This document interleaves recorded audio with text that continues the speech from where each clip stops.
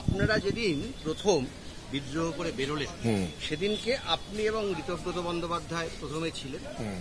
আপনারা এমন দুজন যাদের বিরুদ্ধে সিবিআই, ইডি কোনো রকমের মামলা নেই। আপনারা বলেছিলেন লোকে বিশ্বাসঘাতক বলতে পারে কিন্তু চোর বলতে পারে না।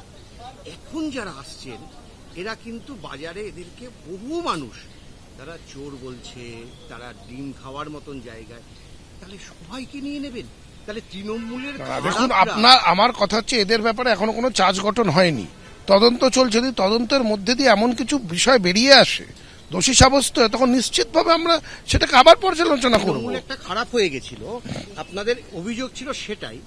পড়ে রইল কে? ভালো তৃণমূলে মানে পড়ে রইল কে? সবাই যার জন্য তৃণমূল কংগ্রেসের এই দুর্দশা, সে তো ওখানেই পড়ে রয়েছে। একজন আর বাকি, আরে সে একজনই তো সবকিছু নষ্ট করে দিয়েছে। আর যাদের মানে উনি নির্মল ঘোষের ব্যাপারে আমাদের স্ট্যান্ড আমরা ক্লিয়ার করে দিয়েছি। একদম একদম তো যার যার ব্যাপারে স্ট্যান্ড ক্লিয়ার করার প্রয়োজন নেব না, সেটাও আমরা পরিষ্কারভাবে বলে দেবো। এবং অনুব্রত মণ্ডল, তার নামে এত অভিযোগ, আপনি নিজেও জানেন।